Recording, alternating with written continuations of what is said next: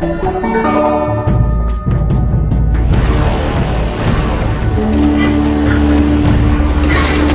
voice of truth in Africa.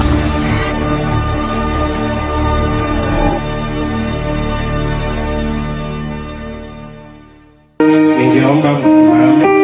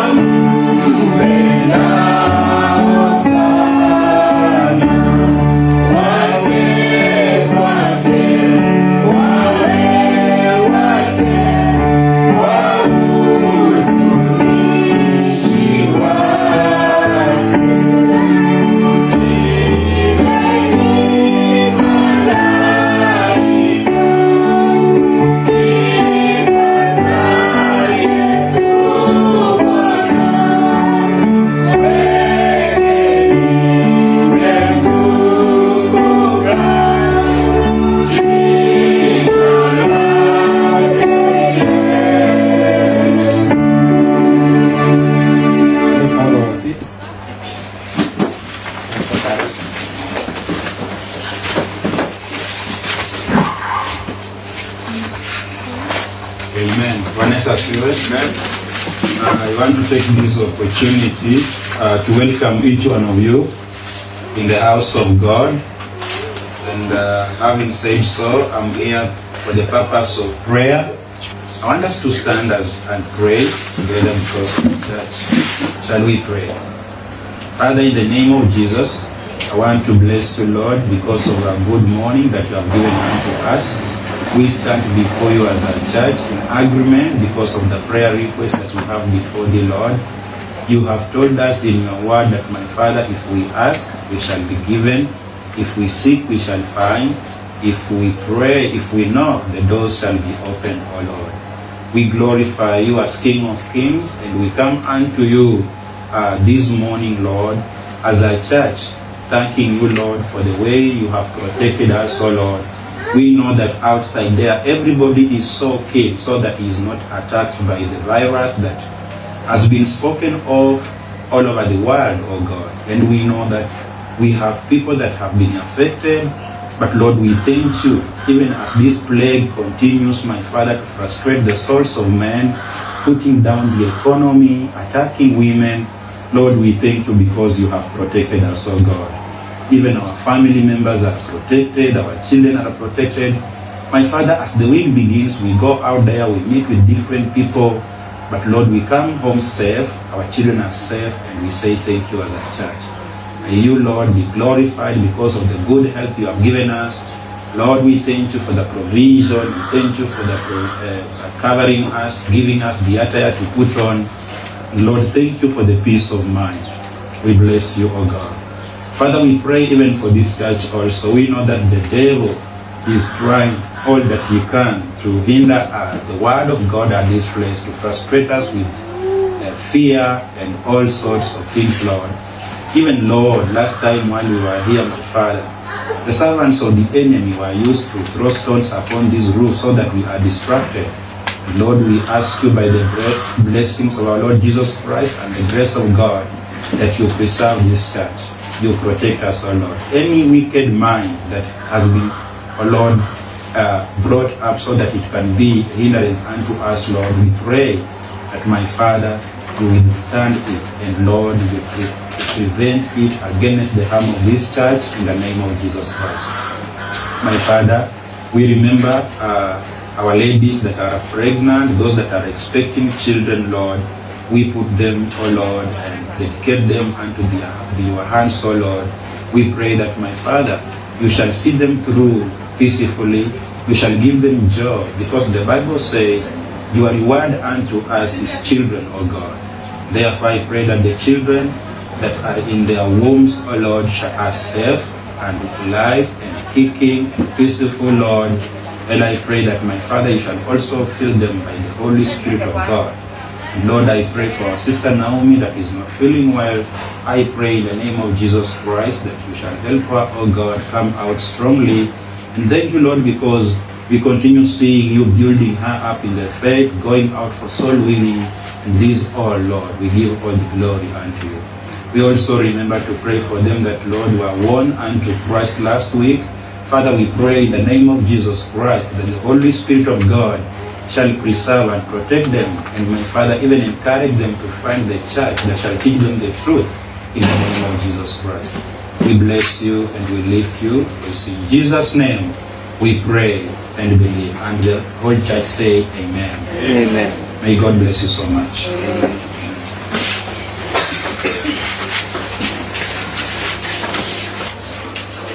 Hymn number 23.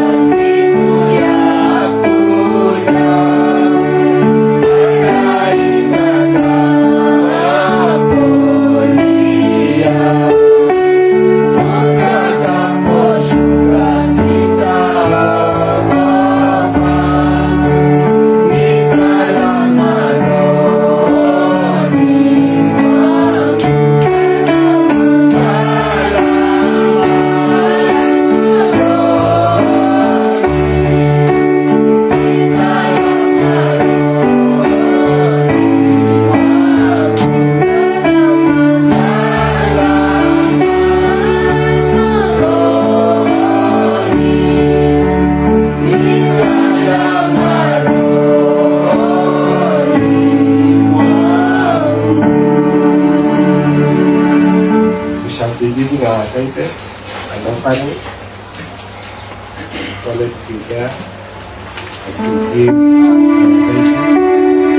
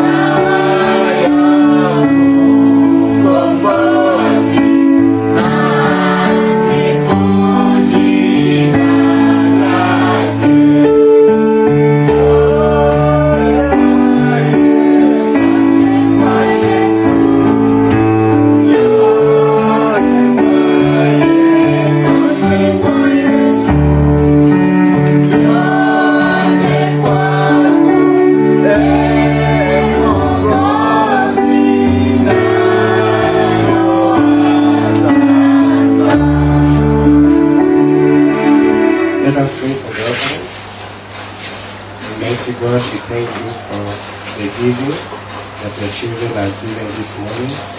We also remember those that have lacked in one way or another, that we may provide for them too. In Jesus' name we pray. Praise God, church. Let us sing hymn number 29. We shall be welcoming Pastor to give us this song.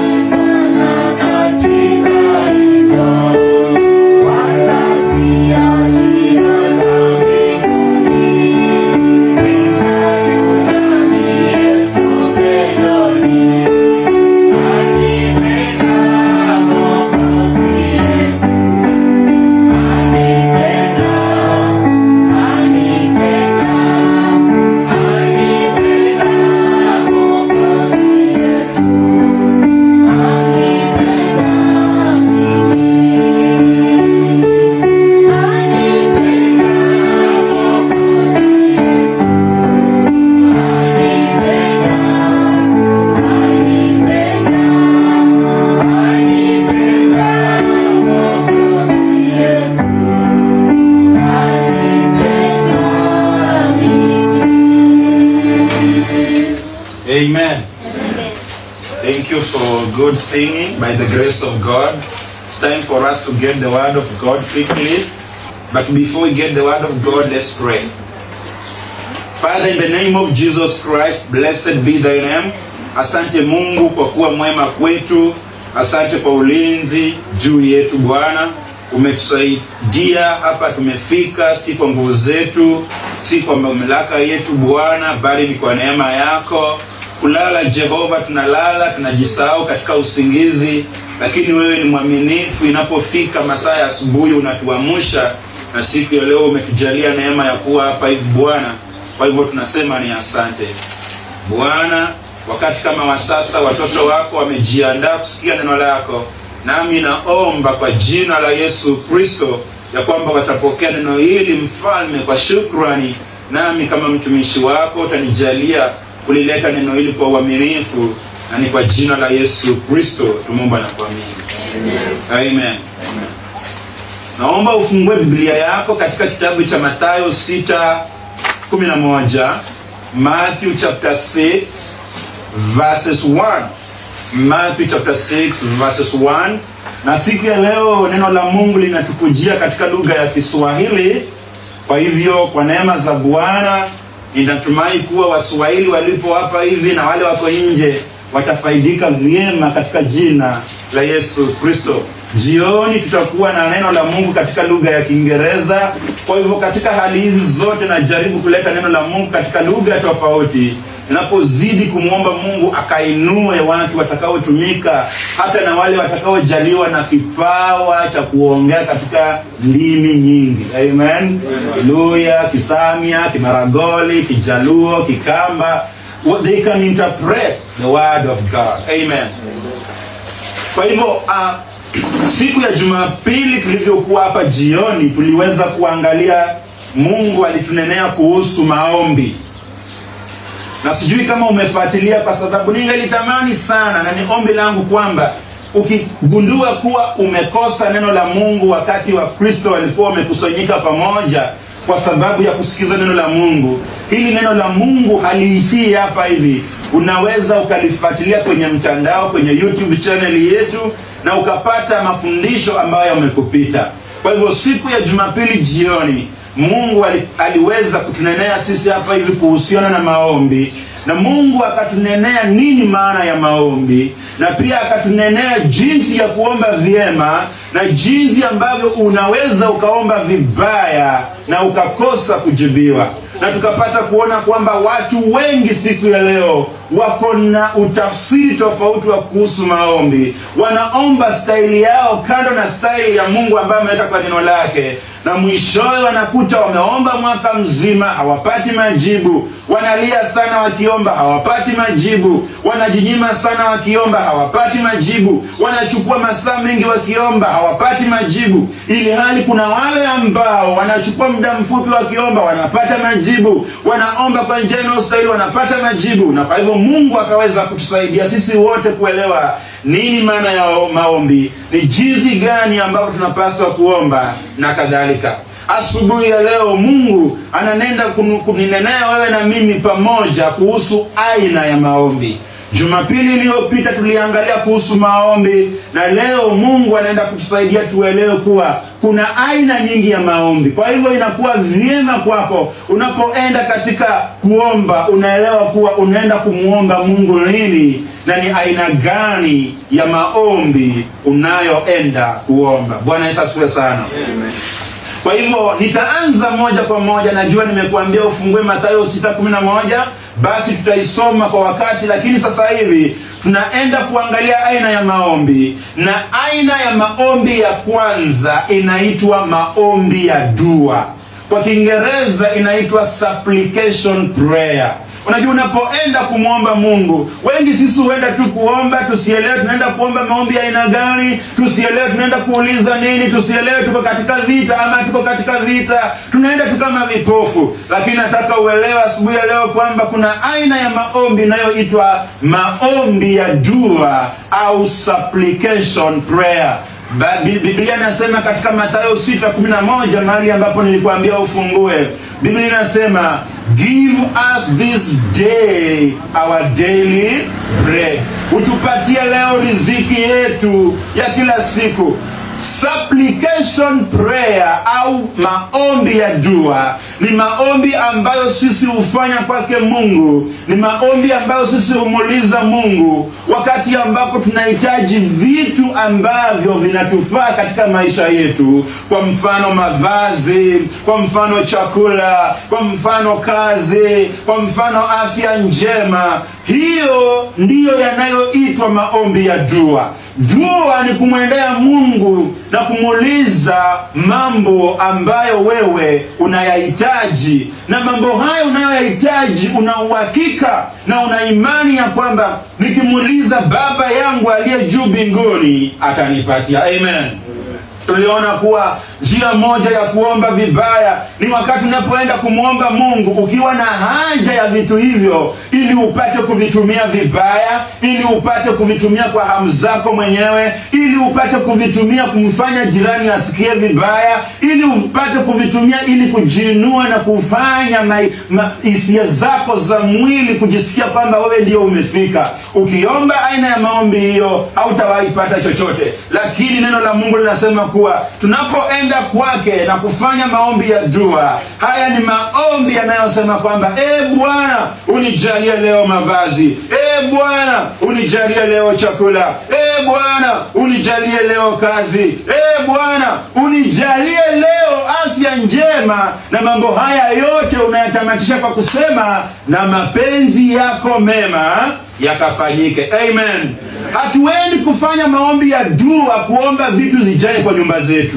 Hatuendi kufanya maombi ya dua kuomba kwamba mifuko yetu ijae mpaka tusihizi kukosa chochote. Neno la Mungu limesema katika Mathayo 6:11, utupe leo riziki yetu ya kila siku. Utupatie leo. Inapokuwa imeitwa leo, Mungu naomba chakula. Inapokuwa imeitwa leo, Mungu nijalie nisitembee uchi. Inapokuwa imeitwa leo, Mungu nijalie nipate riziki itakayoniletea mkate kwa meza. Amen. Angalia Mithali 37. Mithali 37, Proverbs chapter 30 verse 7. Naona wale wazungu wanahangaika naposema Mithali, wanashindwa sasa Mithali ni gani? Proverbs chapter 30 verse 7. Biblia inasema katika Proverbs chapter 30 verse 7, two things have I required of thee, deny me them not before I die. Remove far from me vanity and lies. Give me neither poverty nor riches. Feed me with food convenient for me, lest I be full and deny thee and say, who is the Lord? Or lest I be poor and steal and take the name of my God in vain. Umeona aina ya maombi? Mwombezi hapa anasema mambo haya mawili nimekuomba Baba, usininyime matatu kabla sijafa. Waona kwa very specific katika maisha yake. Anasema Mola, haya mambo mawili nimekuomba na usininyime haya matatu ningali hai kabla sijafa. Uniondolee ubatili na uongo. Wangapi wamechukua muda wao kuomba kuwa Mungu uniondolee uongo kwa kinywa changu?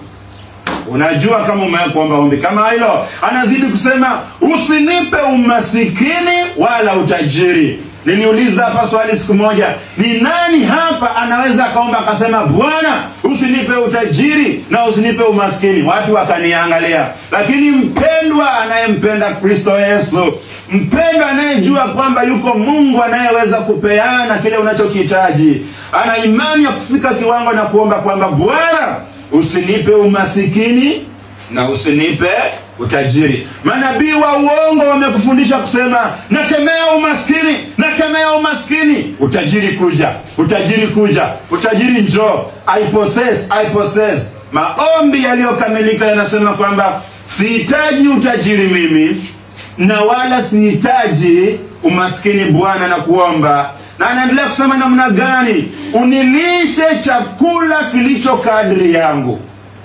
Amen. Sijui kiwango ya tumbo yako. Sijui kilo 3 ya mahindi. Sijui kama tumbo yako inachukua gunia mzima ya mahindi. Sijui kama tumbo yako inachukua kijiko kimoja cha mahindi. Lakini unapokuwa unaenda kumwomba Baba yako aliye juu mbinguni, unamwambia unipe tu kile ambacho kitanishibisha mimi siku ya leo. Kinishibishe mimi kinishibishe mwanangu, kinishibishe watoto wangu, kinishibishe mke wangu na familia yangu na wale ninaoishi nao. Amen. Biblia inaendelea kusema kwamba nisije nikashiba nikakukana. Unajua wakati mtu ameshiba ni rahisi kusahau Mungu. Si ni kweli? Ni wakati umepata pesa, wakati mahindi gunia 10 ziko tu hapo unaziangalianga kila asubuhi, wakati unajua macoins za 20 bob, 30 bob zimejaa tu hapo kwa hata hauna haja, hata za 50 hauna haja, uko tuna kila kitu kimekuzunguka. Umepanda maharagwe, imeingia nyingi. Umepanda mahindi, imeingia nyingi. Biashara nayo inafanya hivi. Duka lako nalo linafanya hivi. Ni rahisi kufika kiwango na kumsahau Mungu. Biblia inasema wana wa Israeli walipotoka katika nchi ya Misri, walifika kiwango ambacho walikula, Mungu aliwalisha wakashiba, wakakula, wakasahau Mungu, wakaanza kuzini na kufanya dhambi. Katika wingi wa kupokea vitu, dhambi huangi mbali. Amen. Kwa hivyo anasema nisije nikashiba nikakukana, nikasema Bwana ni nani, wala nisiwe maskini sana nikaiba na kulitaja bure jina la Mungu wangu. Unajua tena ukiwa maskini sana, ukiona ndizi ya jirani imeiva na ni kama yeye aonange imekomaa. Sasa imekaa tu kwa mgomba mpaka imeinama mgongo hivi na ndege wameshakula 3 zimeiva hapo juu. Nini huja kwa akili yako? Ni tamaa. Na sasa tamaa ikishaanza unafikiria vile utakuja na panga ukata uingie nayo kwako. Bwana Yesu asifiwe sana. Mwombezi pia naomba, anasema kwamba Bwana usiniachilie nikawa maskini sana, kwa sababu nitanyang'anya mtu mboga zake hapa. Amen. Na wapendwa, Mungu ni mwaminifu. Sitaki kusema sisi ni maskini na sitaki kusema sisi ni matajiri, lakini kile tunachokihitaji si Mungu anatupa. Amen. Nani hajakunywa chai leo asubuhi? Kwa uhakika nani hajaonja chai leo asubuhi? Hakuna. Umekunywa tena ya sukari. Bwana ni mwema. Amen. Kwa hivyo unaona kuwa maombi ya dua ni maombi ya kuulizia Mungu atujalie vitu tunavyovihitaji kadri tunapokuwa tunaishi. Vitu kama mavazi, chakula, kazi, afya na kadhalika. Lakini kando pia ni hayo, unaweza pia kuchukua muda wako kando na kuombea tu vyakula na vitu kama hivyo, umuombe Mungu hekima. Hekima pia inaombwa. Hakuna kitu cha kusema ati ulizaliwa na akili ya kuzaliwa. Hapana. Unaweza kuwa ulizaliwa na akili ya kuzaliwa lakini wewe ni mjinga. Unahitaji hekima katika kuishi, unahitaji hekima katika ndoa yako, unahitaji hekima katika kazini kwako, unahitaji hekima ya jinsi ya kulea watoto wako. Na Biblia inasema kuwa kati ya vitu ambavyo unaenda kumuuliza Mungu, ukumbuke pia kumuuliza hekima. Mpendwa, siku ya leo watu wengi hawana hekima. Ndio ni matajiri, ndio ni masikini, ndio wana hizi vitu, ndio wameoleka, ndio wameoa, lakini wanakosa hekima.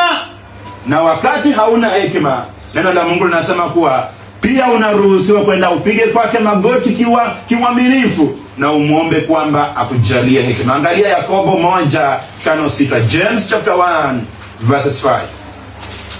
James chapter 1 verses 5. Kwa hivyo tunaona nini? Tunaona kitu cha kwanza, kuna aina ya maombi. Maombi ya kwanza yanaitwa maombi ya dua, ama kwa Kiingereza yanaitwa supplication prayer. James chapter 1 verses 5, Biblia inasema, if any of you lack wisdom, let him ask of God, that giveth to all men liberally, and upbraideth not, and it shall be given him. But let him ask in faith, nothing wavering, for he that wavereth is like a wave of the sea driven with the wind and tossed. Amen. Biblia inasema, lakini kama mtu yeyote kati yenu akipungukiwa na hekima, ukijua kuwa hauna hekima, basi na muombe Mungu ambaye huwapa watu wote kwa ukarimu pasipo kulaumu, naye atapewa. Mpendwa, sijui kama wewe una hekima. Sitaki kunena mambo mengi kuhusu hekima, lakini sijui kama una hekima.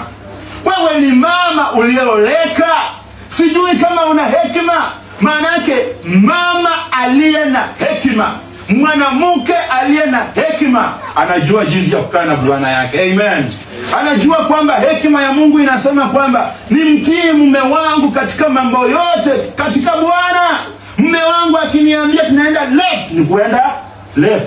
Akisema tunasimama, tunafanya nini? Tunasimama. Akisema leo tunakula sukuma wiki, unakubali kwa hekima, kwa sababu unajua leo ni pesa pia sukuma imefanya nini? Patikana. Na wewe mzee, sijui kama una hekima. Maana yake ukiwa na hekima utajua jinsi ya kukaa na mke wako. Ukiwa na hekima utajua jinsi ya kuwalea watoto wako. Watu wengi siku ya leo hawana hekima. Na unajua ukikosa hekima katika macho ya Mungu, wewe ni mjinga. Kwa hivyo wanasema umuombe Mungu apeanaye, lakini anasema lakini aombe kwa imani. Imagine, hekima upati shuleni, huendi university kupata hekima, huendi secondary school kupata hekima. Wapo wengi wamesoma wanaitwa maprofesa, lakini ni wajinga. Hapa tunanena kuhusu hekima ya Mungu. Biblia inasema kwamba kumwogopa Mungu ndicho chanzo cha kuwa na hekima. Amen. Watu wasiomwogopa Mungu, watu ambao hawajaokoka, hawana hekima.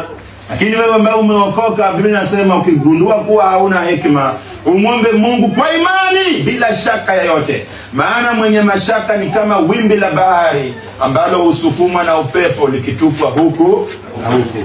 Ukijikuta kwamba wewe umeomba hiki, lakini mguu mmoja uko nje, mguu mmoja uko ndani, wewe unalinganishwa na wimbi la bahari, hauna msimamo. Mpendwa, ni vigumu hata kufanya kazi na mtu ambaye hana msimamo. Ni vigumu kuenda safari na mtu ambaye hana msimamo. Mnaweza mkaondoka, mnaenda, akafika Kitengela akakwambia nimechange mind. Na wewe uko kwenye mnaenda, mmekubaliana kwa tunakuja wawili mchinje kuku ya kututosha, akachange mind njiani. Mtu asiyekuwa na msimamo ni vigumu hata kufanya naye kazi ya Mungu. Mtu asiyekuwa na msimamo ni vigumu hata kujenga naye ndoa, kwa sababu ndoa inahitaji mke mwenye hekima, ndoa inahitaji mume mwenye hekima, ndoa inahitaji watu wawili ambao wana msimamo. Amen. Wakikubaliana jambo wanalifanya kwa uangalifu na uaminifu. Amen. Mpendwa, ujiulize kama una hekima, umuulize Mungu akupe hekima. Kama kijana, umuulize Mungu akupe hekima. Na Biblia inasema ukiuliza kwa uaminifu utapewa. Unahitaji hekima katika ndoa yako, unahitaji hekima katika kazini kwako, unahitaji hekima hata katika kufanya uamuzi. Uko na shilingi 20,000, ukiwa na hekima utaona kuwa hizi shilingi 20,000 kuliko niende ninunue simu ya 17,000. Unajua kuna watu hawana hekima, ndiye amepokea tu 20,000. Na anajua kwamba mbele yangu na nyuma yangu utajiri wangu wote ni 20,000. Mpendwa ataenda atafute simu ya China ya 17,000, alafu kwa hiyo simu atumie 1,000 kununua memory card, alafu atumie 1,000 nyingine kuweka muziki ndani, alafu atumie 1,000 nyingine kununua mandazi na apande gari arudi kwa nyumba. Kama una hekima, umuulize Mungu akupe hekima. Mwanamke ambaye hana hekima ni heri aende asuke nywele ya shilingi 3,000, lakini kwa nyumba hajui kuwa tunatoa vikombe viwili.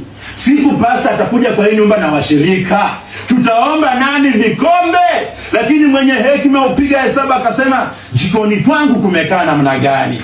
Je, kuna sufuria ya kidheri? Mume wangu amenipa shilingi 3,000, au leo nimefanikiwa kupata shilingi 10,000, kuliko tu ninunue mavazi ya bei ghali. Kama mwanamke wa hekima, ni vyema pia niangalie jikoni kwangu kumekaa namna gani. Amen.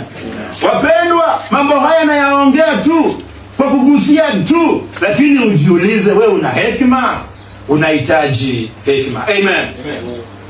Maombi ya aina ya pili. Kwa hivyo tumeona ombi la kwanza linaitwa ombi la dua, la kumuuliza Mungu kukupatia vitu ambavyo unavihitaji. Lakini uhakikisha hivyo vitu unavihitaji sio kwa tamaa yako tu. Maana yake ukiviuliza kwa tamaa yako tu, Mungu hakupi. Mungu hakupi na Mungu haongwi. Amen. Aina ya pili ni maombi ya shukrani. Thanksgiving prayer. Tulipokuwa tunauliza maombi, dada yetu alitukumbusha kumshukuru Mungu kwa sababu ya kutulinda dhidi ya janga la korona. Tupo wazima, tuko na afya, tunapendeza, Mungu ni mwema. Kwa hivyo tukakumbuka kumshukuru Mungu. Mpendwa, siku ingine usiende tu kumuliza Mungu chai, usiende tu kumuliza Mungu mikate, usiende kumuliza tu Mungu mamboga. Chukua tu muda pia wa kuomba maombi ya shukrani. Amen. Maombi ya kusema asante. Wajua nini? Mtu asiyejua kusema asante ni mtu mbaya, kwa sababu ni mzigo kwa yule anayempa.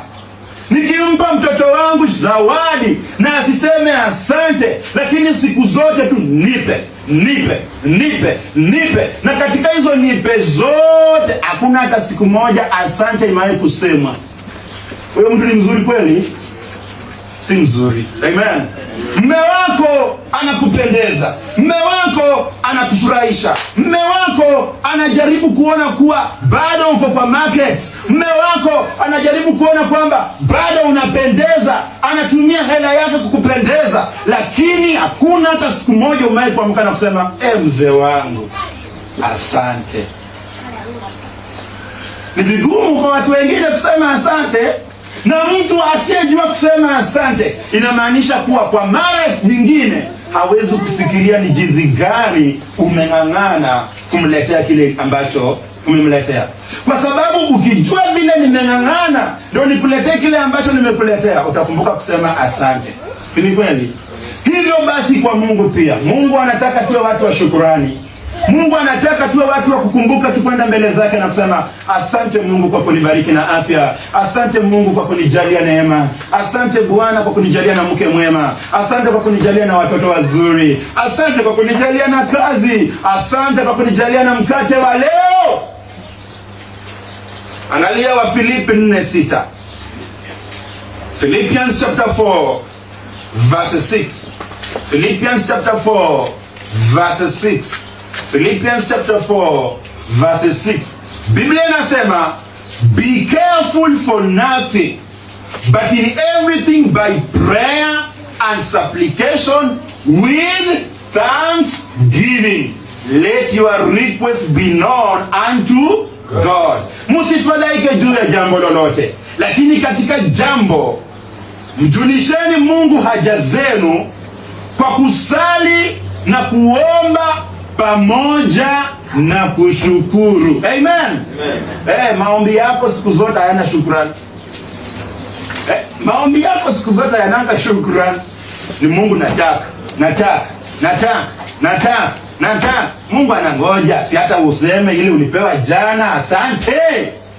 Si hata utambue kwa ilikusaidia na ulimwomba akakupa. Angalia Wakolosai 4:2. Colossians chapter 4 verses 2. Colossians chapter 4 verses 2. Biblia inasema, continue in prayer and watch in the same with thanksgiving. Dumuni katika maombi mukikesha na kushukuru. Now, Biblia inaposema neno kukesha, Waswahili walipotea na Wakristo wakachanganyikiwa. Biblia imesema watch. Mswahili akasema kesheni, na akakuja na Friday ya kukesha. Mbona ukeshangi Monday? Mbona ukeshangi Tuesday? Mbona tu ni Friday kukesha? Kukesha kunaponenwa hapa, si kukesha kwa kukuja hapa na usiku mbu zinakuuma uko tu za hapa. Hapana, maisha ya Mkristo Biblia inasema kuwa mwangalifu. Angalisho, angalia. Maanake adui yupo anakuvizia vizia. Kwa hivyo wanasema udumu katika maombi ukiangalia.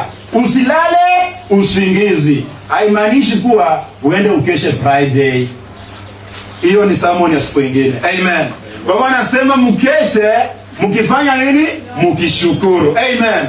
Kwa hivyo mpendwa, ikiwa maombi yako yanakosa shukrani, ujue kwamba kwa njia moja au nyingine pia uwezo wako wa kupokea vitu kutoka kwa Mungu unarudi ukizidi kuwa chini. Kwa sababu ni lazima umshukuru. Hakuna vile mimi nitazidi kukupatia na wewe usemi asante. Hakuna vile mimi nitazidi kujitolea kwako lakini hata hakuna siku ile ya kusema kwamba nimeshukuru kwa hiyo 20 bob, nimeshukuru kwa hiyo 5 bob. Kwa sababu mpendwa, isipokuwa unaona 5 bob inaokotwa, inawezekana mimi nimeng'ang'ana kuipata. Si ni kweli? Vijana na watoto mlio hapa hivi, jifunzeni kushukuru wazazi wenu wakiwafanyia mema. Hiyo nguo umevaa haikuokotwa, kuna mtu aling'ang'ana. Jifundishe kusema mama asante kwa kununulia kiatu, mama asante kwa kunivalisha, mama asante kwa kuhakikisha kwamba leo tumekula tuko sawa. Ukijifundisha kusema asante, unamfanya yule anayekupatia kuhimizika kukuletea zaidi. Amen. Amen. Maombi ya aina ya tatu. Kwa hivyo maombi ya kwanza yanaitwa dua, ya kumuuliza Mungu atubariki na vitu ambavyo mavazi, chakula na kadhalika. Maombi ya pili ni ya shukrani. Mungu umetupa chakula, tunasema ni asante. Lakini maombi ya tatu ni maombi ya kutubu dhambi zako. A prayer of confession. Maombi ya kutubu dhambi zako. Na hapa ndipo ambapo wengine pia tunasahau kusema tu, Bwana mimi ni mkosaji, Bwana nimekutendea uovu, Bwana ndani mwangu kuna wivu, ndani mwangu kuna uongo, ndani mwangu kuna masengenyo, ndani mwangu kuna chuki, naomba unisamehe. Mungu akiwa baba yetu pia anatarajia kwamba wakati ufike tuende kwake tumuulize msamaha. Amen. Sijui ni wangapi ambao hukumbuka kumuuliza Mungu msamaha. Sijui ni wangapi ambao hukumbuka kumwambia Mungu, nimekosea Baba unisamehe. Maanake usipojifundisha kumwomba Mungu msamaha, yeye hata kusamehe. Angalia Mathayo 6:12. Mathayo 6:12. Mathayo 6:12. Biblia inasema katika Mathayo 6:12, Matthew chapter 6 verses 12, and forgive us our debts as we forgive our debtors. Utusamehe makosa yetu kama sisi tulivyokwisha kuwasamehe waliotukosea. Ombi hilo lina mambo mawili. Unamuuliza kusamehe on condition that wewe umefanya nini? Umesamehe. Ujinga ni uende umuulize Mungu akusamehe, alafu na wewe yule unasema kwamba tutasameheana mbinguni. Ile alinifanyia, tutasameheana tu mbinguni. Ulisikia mbinguni kuna hiyo nafasi? Wapo watu ambao Mungu hawasamehi. Mungu atazidi kuadhibu, Mungu atazidi kuwachapa kwa sababu ya makosa yao. Kwa nini? Kwa sababu number 1, hao hawajasamehe.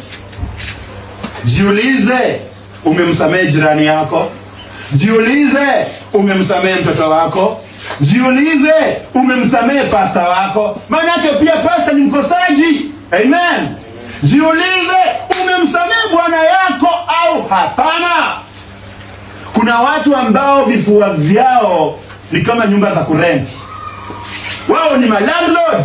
Ameweka Njoroge, ameweka Eunice, ameweka Lea, ameweka Emily, ameweka Edmond. Hawa watu wote walimkosea. Sasa anatembeanga tunao kwa kifua hivi. Tutasameheana tukifika mbinguni. Hata labda uende mbinguni kwa sababu utaokoka. Utamsamehe ukiwa jehanamu kwa moto. Wow!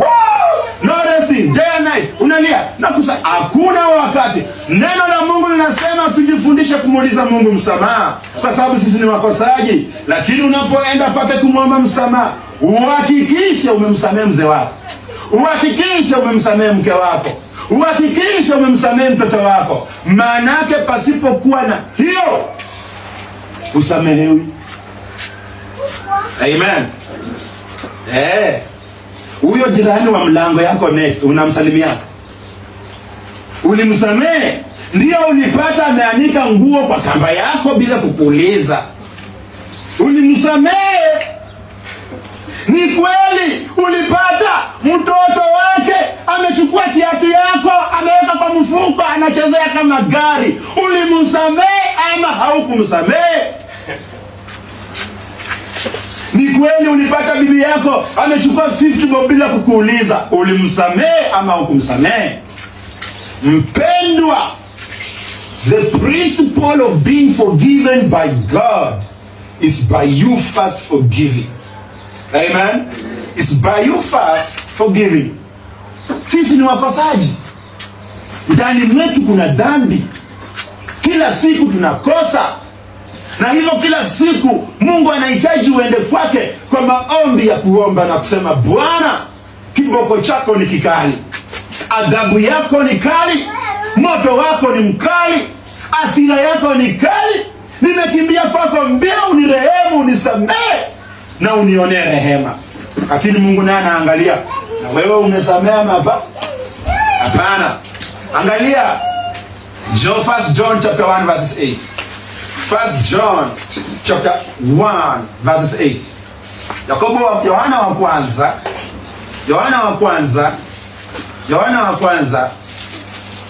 mlango wa kwanza mstari wa 8.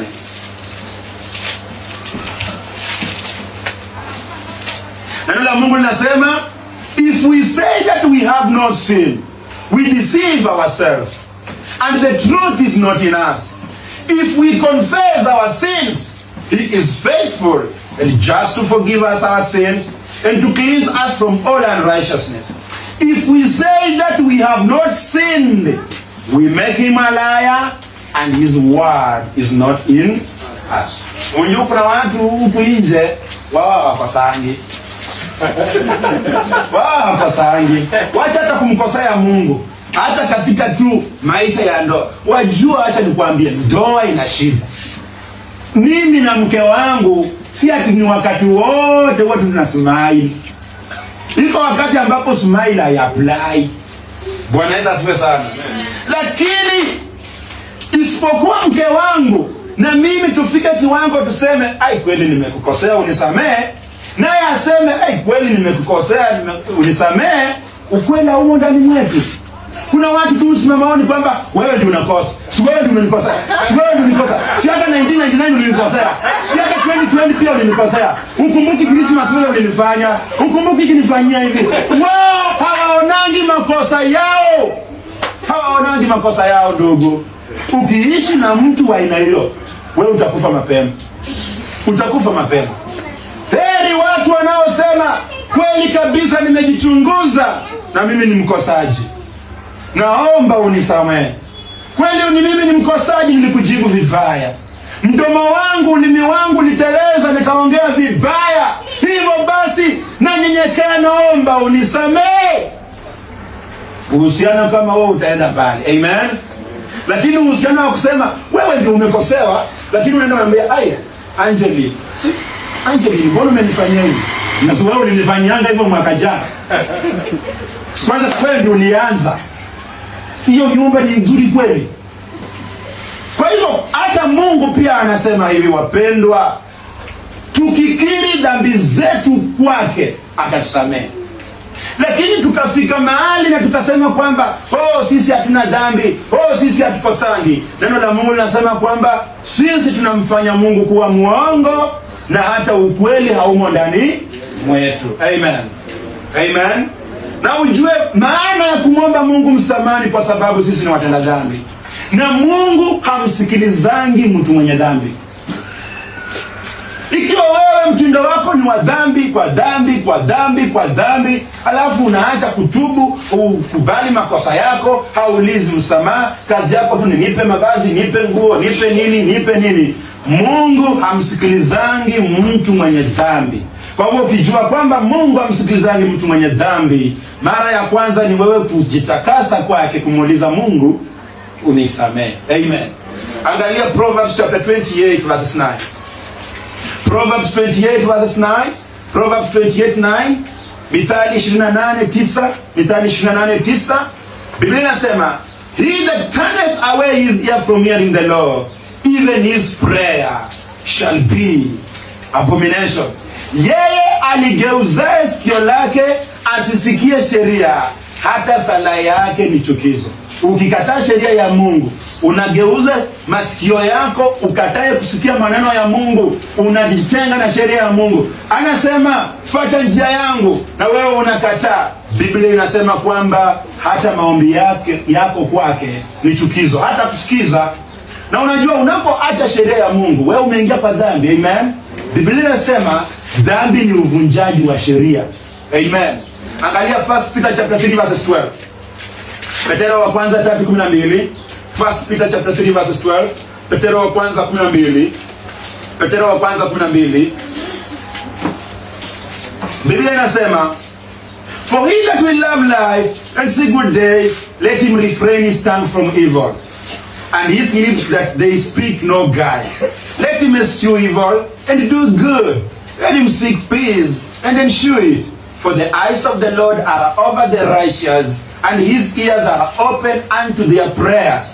But the face of the Lord is against them that do evil. Kwa maana mtu anayependa kufurahia maisha na anayetamani kuona siku njema, basi azuie ulimi wake usinene mabaya na midomo yake isiseme uongo. Unajua ulimi ni kiumbe kidogo sana. Unajua hivyo? Lakini unajua ulimi tu inaweza kusambaratisha kanisa mara moja. Do you know that? Unajua kama ulimi huu inaweza kufanya tu uanze kuboksiana hapa. Mpu. Na nikaulimi tu kama mtu mmoja kanipa tu kwa kona hapo hiyo kakawasha kibiriti. Chwa. Pastor, pendwa, Ulimi, Biblia inasema kama unatamani kuishi maisha ya furaha, na kama unatamani kuishi siku nyingi zenye uheri, uzuie ulimi wako usinene maovu. Unajua kwa nini ndoa yako iko kwa mawe? Unajua kwa nini na bum? Ulimi. Mzee wako anaamka asubuhi anasalimia, habari ya asubuhi. Si unajua tu. Ni mzuri. Mzee wako anarudi jioni, mmeshindaje mama nani? Hiyo nayo ni swali. Hiyo nayo ni swali. Kwani uoni tumeshinda hivyo? Ulituachia nini kwa hii nyumba? Majibu kama hayo, neno la Mungu linasema, yatakufanya usiishi na furaha, yatakufanya usiishi siku nyingi, yatakufanya usione siku njema. Unajua, acha nikwambie wapendwa, ulimi huu unaweza kufanya ukaange tu mtu ambaye unaanga furaha usiku, mchana, jioni, asubuhi, wewe tu ulishasulunya. Yaani kusulunya ni nini kwa Kiswahili sijui? Ni kusunyuta Yaani ushakunja uso wako unakaa kama longi ya jeans hivi tu. Unakaanga tu ni kama dakika kidogo utachukua mtu kunja umweke kwa mifuko. Unakaa ni kama bondia. Ni kwa nini? Kwa sababu Biblia inasema ulinde moyo wako kuliko vyote ulindavyo, maana humo ndimo kunakotoka chemichemi za uzima. Moyo wako ukiwa umejaa hasira, umejaa wivu, umejaa chuki, maneno machafu, utasimama hapa? Wezi. Kwa hivyo neno la Mungu linasema mdomo wako usinene mabaya. Mtu huyo aepuke maovu na atende mema. Epuka maovu na utende mema. Atafute amani na kuifuatilia sana. Utafute amani kwa ndoa. Kazi yako ni kutafuta amani. Kwa kazi yako tafuta amani. Kwa mke wako tafuta amani. Kwa bwana yako tafuta amani, na uifuatilie sana.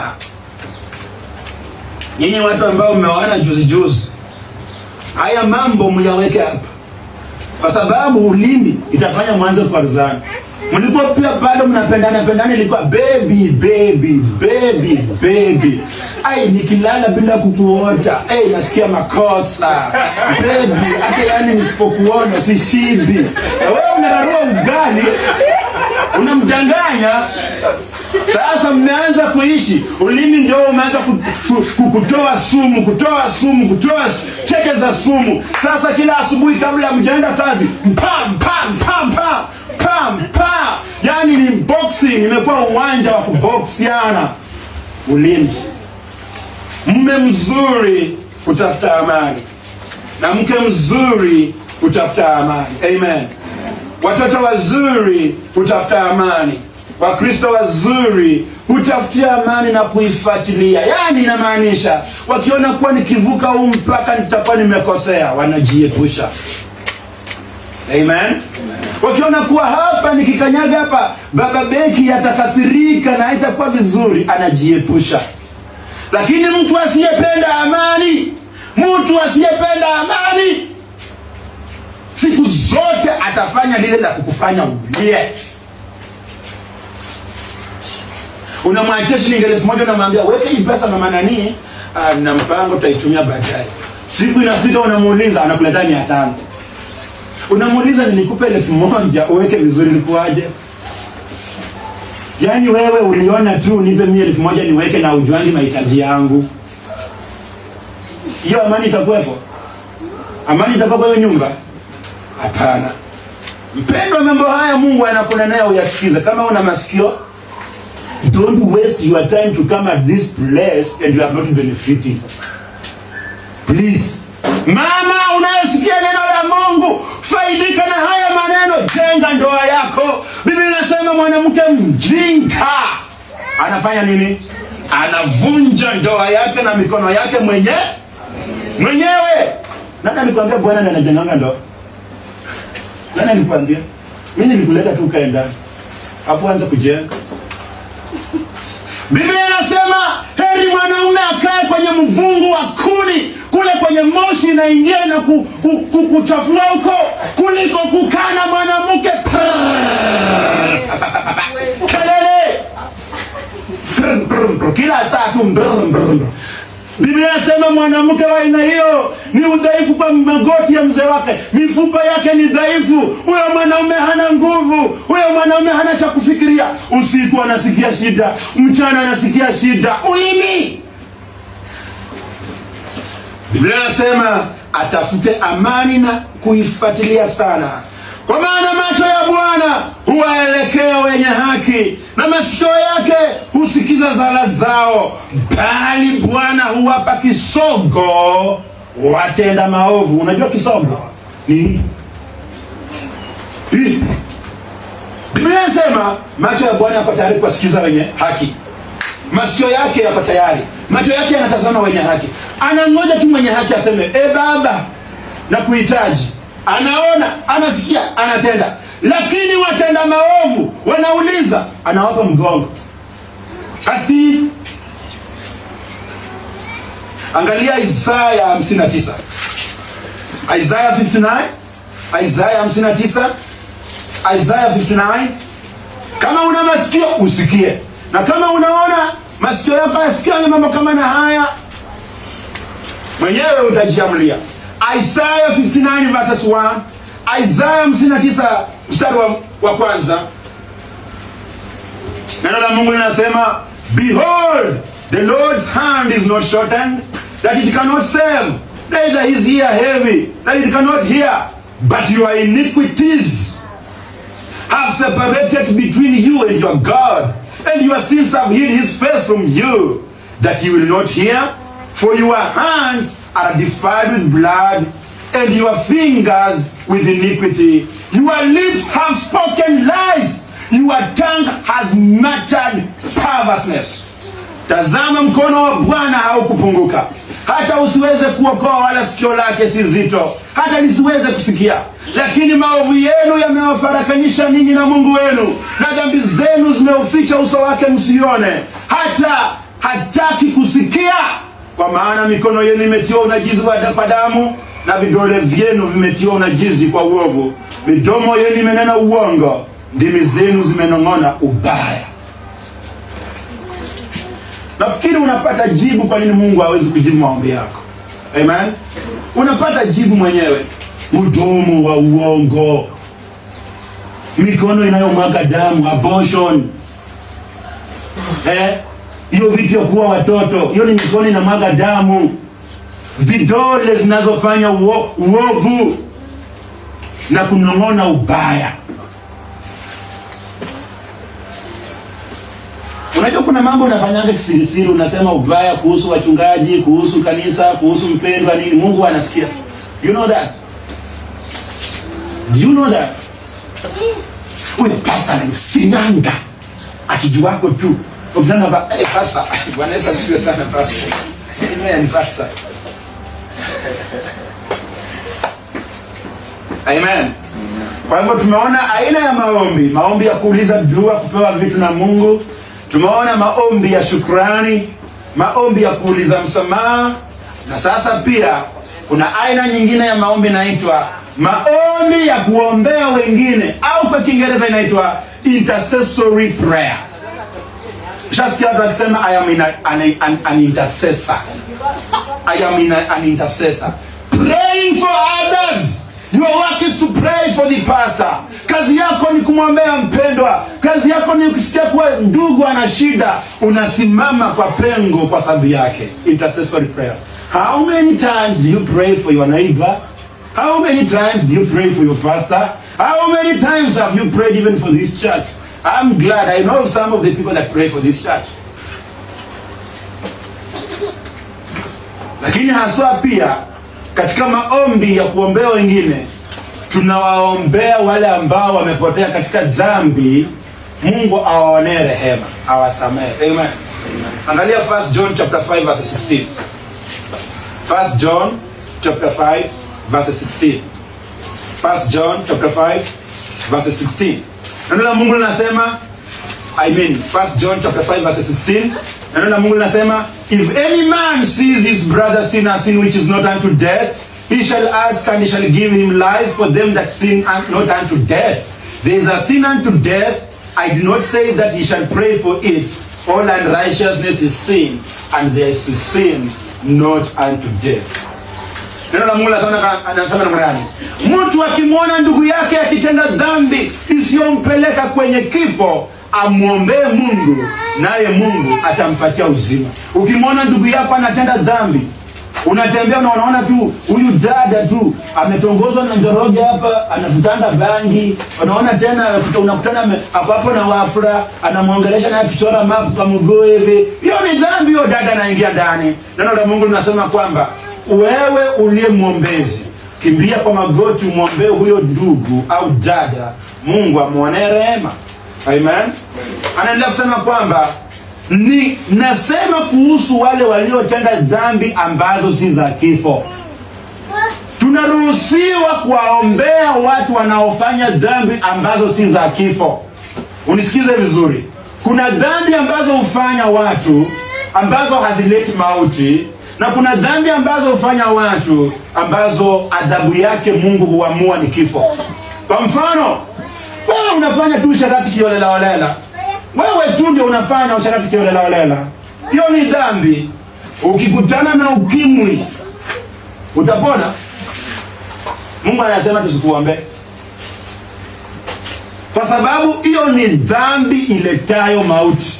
Adhabu ya dhambi ya aina hiyo ni mauti.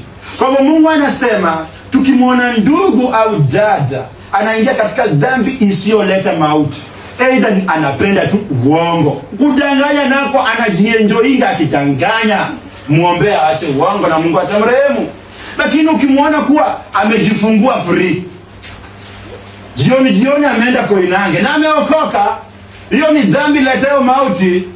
Neno la Mungu linasema tusimuombe. Amen. Amen.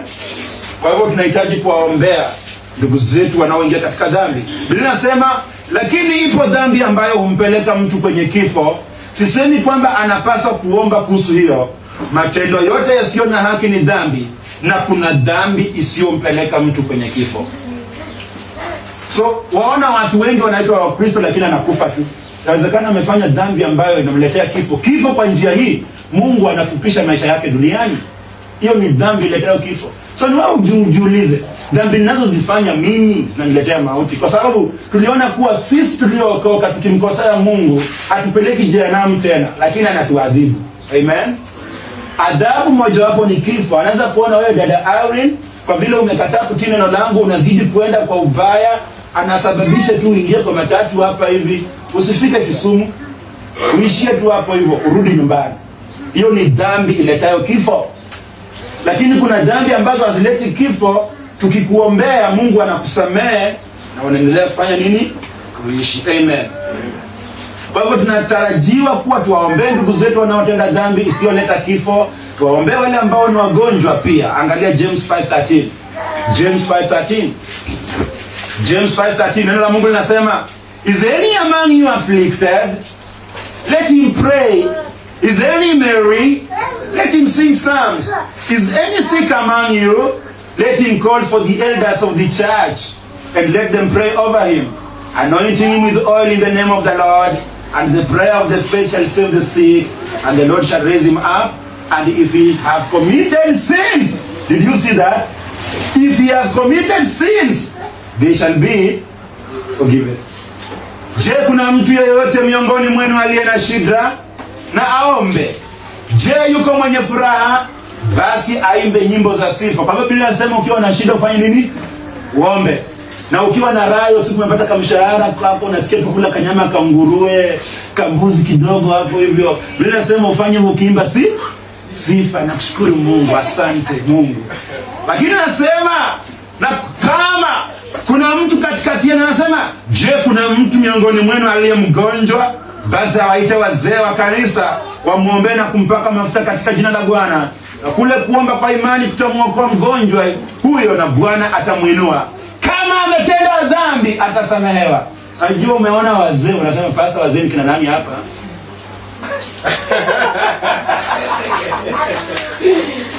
Ndio maana ukienda huko kwa makanisa mengine kuna wazee, wanaona mtu mkongwe, huyo ni mzee wa kanisa. Mpendwa, elewa hivi.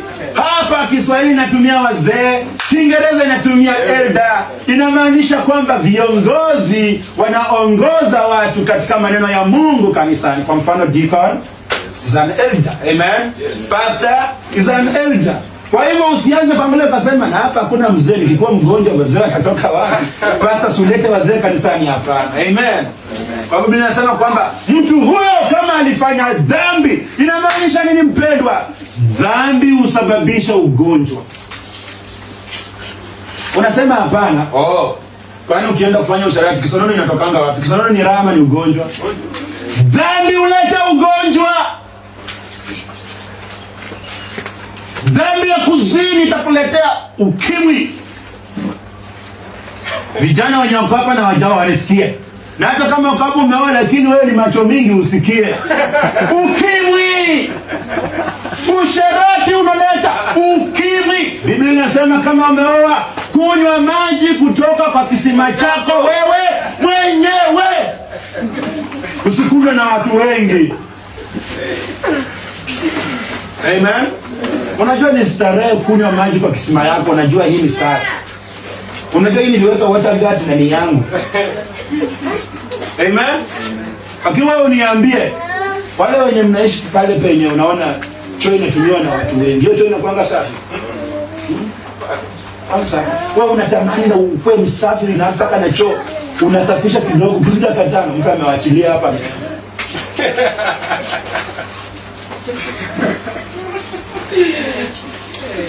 Kama wewe unazini, and I'm giving this as a strong warning, because I am the servant of God here. Na kuna vile tunaweza kuona kama tumekaa na tunaona mbali. Mpendwa, kama unajua hauna bibi, kama unajua hauna bwana, lakini unaenjoy hivi kama mwenye ameoa, pipe ya ugonjwa imejiseti tu, ukimwi. Iko siku tu, hiyo siku utajipeleka. Mungu naye ataruhusu ukimwi. Pokea. Sasa lifestyle yako itakuwa kila asubuhi kidonge. Ya Rabbi. Pastor, mliombea na kwa mgonjwa pastor, ni ugonjwa mwingine tu pastor. Ndugu na ugonjwa gani? Pastor, hata ningeenda walisema wajui ugonjwa. Wewe unajua? Wewe unajijua? Biblia inasema dhambi iletayo kifo tusiombe. Wasichana wenye mko hapa hivi mnaanza kujiangalia, mnaona urembo umeanza kuingia kila saa hapa kioo, hapa. Usitumie urembo wako kutesa mwili wako. Maana kuna wengi wanatumia urembo wao kutesa mwili wao. Urembo imetesa watu huku nje. Urembo imetesa watu. Kubali wewe ni mrembo, kubali uvae vile ulivyoumbwa, wacha kujiongezea vitu ambavyo havifai kwa ngozi yako. Amen. Hiyo si sermon ya leo. Najua watu watatoroka.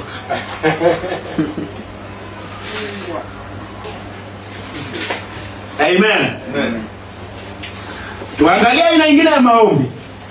Kwa hivyo mpendwa, hizi zote ni aina za maombi ambazo unahitaji kufahamu. Hivyo basi unapopanga kwenda kwake Mungu unajua naenda kuomba nini.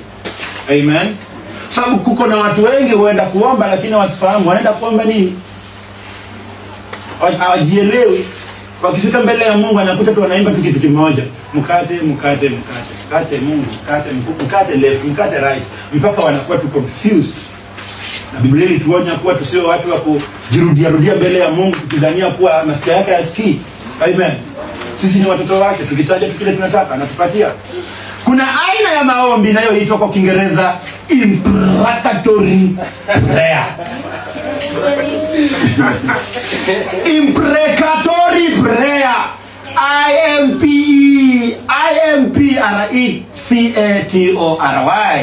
IMPRECATORY. Kama wewe ni Mluya ni rahisi kama hivi kwa sababu walio watu nataja vile imekaa. Imprecatory. Yaani imprecatory prayer. Imprecatory prayer ni maombi tunayoomba kinyume na maadui zetu. Ajua watu wengi wanaoitwa Kristo wanaogopa aina ya hii maombi. Lakini kuna maombi ambayo inafika wakati fulani unasimama unalia kwa Mungu ili aadhibu adui wako. Na wale ambao mlikuwa mnapenda manyoro munisamee kwa sababu hiyo ya manyoro si maombi. Leta maadui wako tu dedicate. Mtu anaenda anachukua majina kule Machakos ya watu wenye walichukiana na baba yake tukitambo, analetea manyoro. Leta na 1000, analeta na 1000. We dedicate. Let them die. Let them die. Hapana. Hapana. Maadui hapa ni tofauti. Amen. Kuna yale maadui ambao Mungu anasema tunafaa kuomba kinyume nao. Maadui wanaosemwa katika kiwango hiki ni maadui wa Mungu. Adui wa Mungu ni adui wako. Lakini adui wako wa kawaida tu hapo nyumbani mmekosana tu kwa sababu ya choo. Ama mmekosana tu kwa sababu ya change. Ama mmekosana tu kwa sababu ya mtoto. Biblia inasema huyo si adui wako, na Yesu akasema kuwa akisikia kiu umpe maji afanye nini? Anywe. Akisikia njaa umpe chakula afanye nini? Lakini kuna wale maadui ambao Mungu anasema tunahitaji kuomba kinyume nao. Tuombe uovu wakujie, tuombe mauti ya wakujie, tuombe shida za wakujie, tuombe magonjwa ya wakujie, na hao ni maadui wa Mungu ambao ni maadui wetu. Kwa mfano, nataka nikupatie adui wangu mmoja. Ni adui wangu. Ni adui wangu. Unajua kwa nini? Kwa sababu ni adui wa Mungu. Mtu anayesema kwamba Yesu alikaa kwa miguu yake ni rafiki yako. Mtu anayesema kwamba anaendanga mbinguni, anakaa kwa karumu na Mungu na Daniel na Musa wanaongea na hataji Yesu, rafiki yako. Mtu anayesema kwamba walikutana na Mungu kwa mawingu wakagongana mabega hivi ni rafiki yako. Ati marafiki wakagongana wakagota bu. Ni rafiki yako. Huyo ni rafiki yako. Sasa huyo ni adui wangu. Angalia Zaburi 139:19. Zaburi 139 mstari wa 19. Psalms 139 verses 19. Psalms 139 verses 19. Na Mungu anasema, surely thou will slay the wicked, O God. Depart from me therefore, ye bloody men, for they speak against thee wickedly, and thy enemies take thy name in vain. Do not I hate them, O Lord, that hate thee? And am I not aggrieved with those that rise up against thee? Verses 22. I hate them with perfect hatred. I count them my enemies. Huyo ni Daudi. Anasema, Mungu, laiti ungewafisha waovu, ungewaua waovu. Enyi watu wa damu. Hao waovu ni watu wanapenda kumwaga damu, kutoa sacrifices za wanadamu. Anasema, ondokeni kwangu. Anasema mstari wa 20, Kwa maana wakuasi kwa ubaya, adui zako wakutaja jina lako bure. Wanatumia neno la Mungu in vain. Yesu alikaa kwa miguu yangu, tuligongana mabega. Nilikuwa juzi jana niliona wenye mko kwa group, atalikuwa ameenda heaven akarudi, akaanza kuoga na mtu akamchukua akiwa naked. Baba akauliza wafuasi wake wote waanze kurepent kwa sababu kamera imemmulika akiwa naked. Anasema, "Je, Bwana, anasema adui zako wakutaja jina lako bure. Je, Bwana, nisiwachukia wanaokuchukia?" Wewe mpendwa, mbona unapendana na watu wanaomchukia Mungu? Daudi anasema, nisiwachukie wanaokuchukia, nisikasirike na hao wakuasio. Anasema, na wachukia kwa ukoma wa chuki, yani na wachukia na chuki yangu yote. Anasema, wamekuwa adui wangu, kichwa cha adui wangu, wamekuwa adui wangu. Kwa hivyo, who are your enemies? Your enemies are the enemies of God. Amen. Amen. Psalm 69 verses 3. Psalm 69 verses 3. Psalm 69 verses 3. Saburi 69 mstari wa 3. Neno la Mungu linasema, Daudi anaomba maombi hayo ya chuki. Maombi ya kuwatakia maadui zake wapate shida. Maombi ya kuwatakia adui zake waangamie. Anasema, I am weary of my crying. My throat is dry. My eyes fail while I wait for God. Verses 4. They that hate me without a cause are more than the hairs of my head. They that will destroy me, being my enemies wrongfully, are mighty. Then I restored that which I took not away. Anasema, nimechoka kwa kulia kwangu, koo yangu imekauka, macho yangu yamedhoofu kwa kumngoja Mungu wangu. Wanaonichukia bure ni wengi kuliko nywele za kichwa changu, watakao kunikatalia mbali wamekuwa hodari. Adui zangu kwa sababu isiyo kweli, hata mimi nilipishwa kwa nguvu vitu nilivyovichukua. Daudi anasema nini? Anasema maadui wangu wamekuwa wengi. Nalia kwa uchungu, maana hata wamezidi hesabu ya nywele za kichwa changu. Wamenifanya mpaka nalipa vitu ambavyo mimi sikuchukua. Amen. Angalia mstari wa 22. Sikia vile anavyozidi kuwaombea. Anasema mstari wa 22, let their table become a snare before them, and that which should have been for their welfare, let it become a trap. Let their eyes be darkened that they see not, and make their loins continually to shake. Pour out their indignation upon them, and let their wrathful anger take hold of them. Verses 25. Let their habitations be disloyed, and let none dwell in their tents. Verses 26. For they persecute him whom thou hast smitten, and they talk to the grief of those whom thou hast wounded, and iniquity unto whom iniquity. Add iniquity unto their iniquity. Verses 28. Let them be blotted out of the book of the living, and not be written with the righteous. Anasema nini? Meza yao mbele yao iwe mtego. Daudi anasema hao maadui zangu, meza yao iwe mtego. Anasema, na wakiwa salama na iwe tanzi. Macho yao yatiwe giza wasione, na viuno vyao uvitetemeshe daima. Yani hao watu wakwetu wadhaifu ni vipofu, wasione, watetemeshwe. Angalia anasema, umwage ghadhabu yako juu yao, na ukali wa hasira yao uwapate. Matuo yao na yawe ukiwa, pasiwe na mtu wa kukaa hemani kwao. Yani kumaanisha watu wake wakufe, maana wanamuudhi mtu uliyempiga wewe. Wanasimulia maumivu ya huyo aliyewatia jeraha. Waongeze maovu juu ya uovu, wala wasiingie katika haki yako. Na wafutwe katika chuo cha uhai, wala pamoja na wenye haki wasiandikwe. Angalia Psalms 109 verses 1. Zaburi 109 mstari wa kwanza. Psalms 109 verses 1. Psalms 109 verses 1. Psalms 109 verses 1. Sikia maombi mengine ambayo Daudi anaomba. Anasema, hold not thy peace, O God of my praise, for the mouth of the wicked and the mouth of the deceitful are opened against me. They have spoken against me with a lying tongue. They have compassed me about also with words of hatred, and fought against me without a cause. For my love, they are my adversaries, but I give myself unto prayer. And they have rewarded me evil for good, and hatred for my love. Say thou, O wicked man, over him, and let Satan stand at his right hand. When he shall be judged, let him be condemned, and let his prayer become sin. Let his days be few, and let another take his office. Let his children be fatherless, and his wife a widow. Let his children be continually vagabonds and beg. Let them seek their bread also out of their desolate places. Let the extortioner catch all that he has, and let strangers spoil his labor.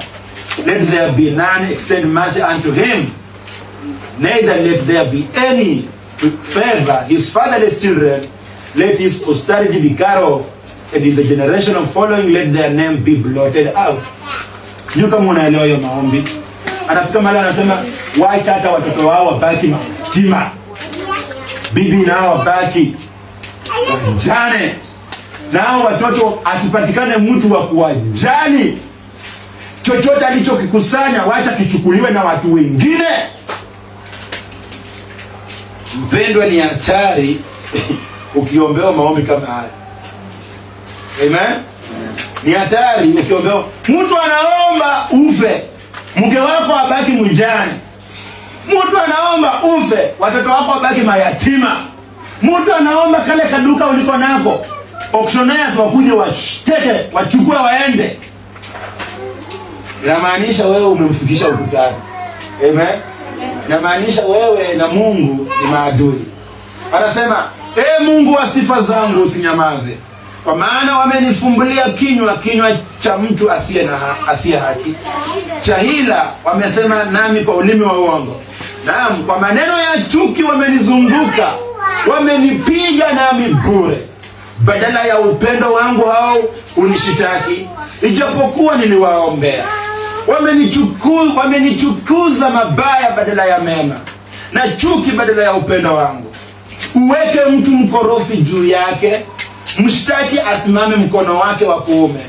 Katika kuhukumiwa ataonekana hana haki, na sala yake itadhaniwa kuwa dhambi. Kwamba hata huyu mtu akiomba Mungu aone ni dhambi. Anasema mstari wa 8, siku zake ziwe chache, usimamizi wake na atawa ya mtu mwingine, wanawe na wawe yatima, na mkewe awe mjane. Kutanga na watange nawe wao kuomba, watafute chakula mbali na mahame yao. Mdai na anase vitu vyote alivyo navyo, wageni na wateke mapato ya kazi yake. Asiwe na mtu wa kumfanyia fadhili, wala mtu wa kumhurumia yatima wake. Wazao wake waangamizwe, jina lao lifutwe katika kizazi cha pili. Kuna wakati mimi nimewahi kuomba maombi kama haya, na kuna wakati wanaomba maombi kama haya kwa sababu nawajua maadui wa Mungu. So kuna wakati ambapo siendi kuomba soda, siendi kuomba nguo, najifungia tu katika room yangu na ninachukua Biblia naanza kutaja haya maombi. Namuuliza Mungu atume katika kambi yao, asambaratishe, alete ubaya. Inaitwa imprecatory prayers. Maombi haya usiombe kinyume na ndugu yako aliyeokoka. Maombi haya usiombe kinyume na ndugu yako aliyeokoka. Maombi haya ni ya kuomba kinyume cha maadui wa Mungu. Amen. Ombi la mwisho, aina ya ombi la mwisho tunapomalizia ni maombi ya wokovu. Maombi ya wokovu ni maombi yanayoombwa na watu ambao hawajaokoka. Tunapokuwa tunaenda nje kufanya uinjilisti, kuhubiri injili ya habari njema ya ufalme wa mbinguni, sisi huwafanya watu ambao ndio wanataka kuokoka waombe maombi ya wokovu. Haya ni maombi ya kusema kuwa wao ni wenye dhambi na wanastahili kwenda jehanamu, lakini wanamuuliza Mungu Yesu Kristo awaokoe na dhambi zao, ili kwamba wasipate kuangamia jehanamu, bali wapewe uzima wa milele. Amen. Na hayo ndio maombi wewe uliomba wakati ambapo ulikuja okoka. Kwa hivyo sasa wewe hauhitaji kuomba maombi yako kwa sababu ulishaokoka, lakini ikiwa umeenda kufanya soul winning, haya ni maombi ambayo mtu ambaye hajaokoka au mtu ambaye ni wa dunia na anahitaji wokovu anamuomba Mungu. Angalia Romans chapter 10 verse 9. Biblia inasema that if thou shall confess, Romans chapter 10 verse 9, that if thou shall confess with thy mouth the Lord Jesus and shall believe in thy heart that God has raised him from the dead, thou shalt be saved. Verse 10. For with the heart man believeth unto righteousness, and with the mouth confession is made unto salvation. Verse 11. For the scripture saith, whosoever believeth on him shall not be ashamed. Verse 12. For there is no difference between the Jew and the Greek, for the same Lord over all is rich unto all that call upon him. Verse 13. For whosoever shall call upon the name of the Lord shall be saved. Amen. Unaweza kuwa wewe ni mtu wa kanisa lakini hujaokoka. Unapenda kanisa, unapenda kuimba, unapenda kuomba, lakini haujaokoka, haujakiri kuwa Yesu ni Bwana, haujaamini katika moyo wako kuwa alikufa na akafufuka. Aidha uliombewa na mtu wokovu, na huo wokovu ni tofauti na wokovu wa Biblia. Labda ni mtu alikuambia kwamba uache dhambi zako zote ndio uokoke. Swali ni je, uliacha dhambi zako? Kuna mtu hapa danganyangi? Kama hujaidanganya, hebu inua mkono wako juu. Ulidanganya the last week? Ulidanganya kazini? Ulidanganya ati ulichelewa kwa sababu ati jamu ilikuwa? Lakini wewe ulichelewa ukikunywa chai. Si unadanganyanga? Bwana Yesu asifiwe sana.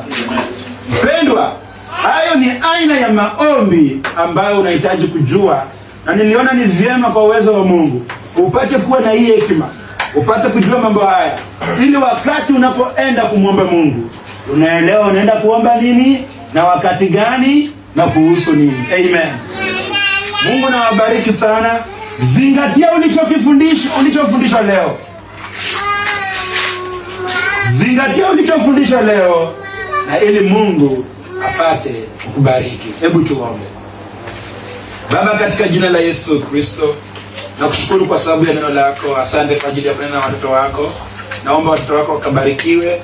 Na Mungu, neno lako linasema kuwa ikiwa neno hili litapata rotuba ambayo ni rotuba mzuri, litazaa matunda. Nami naomba kwamba neno hili Bwana litarudi kwako bure, bali litazaa matunda katika maisha ya watoto wako. Jina lako litukuzwe Mfalme. Tubariki tunaporudi katika makazi yetu, na tutakapokuwa tumerudi jioni kwa sababu ya ibada mpaka. Naomba pia utusaidie Bwana tupate kubarikiwa na neno lako. Na katika jina la Yesu Kristo tumeomba na kuamini. Amen.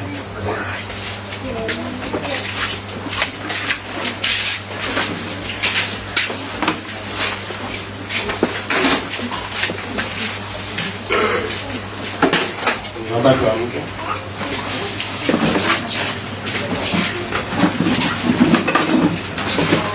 Taimba wimbo nambari